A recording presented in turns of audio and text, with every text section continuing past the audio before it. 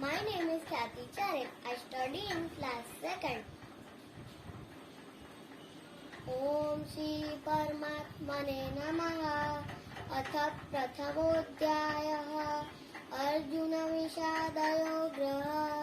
धृतराष्ट्र उवाच धर्मक्षेत्रे कुरुक्षेत्रे समवेतायुयुत्सवः मामकाः पाण्डवाश्चैव किमकुर्वत सञ्जय।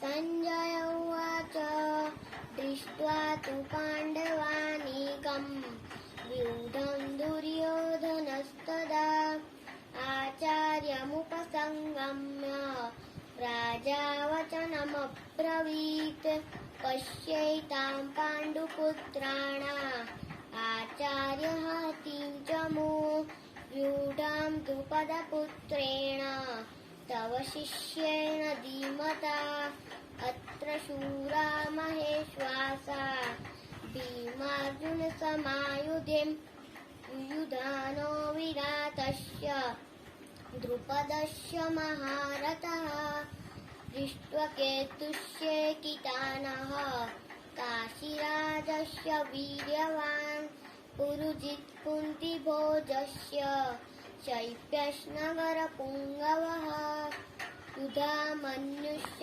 विक्रान्तः उत्तमौजाश्च वीर्यवान् सौभद्रो द्रौपदेयाश्च सर्वमेव महारथः। Thank you.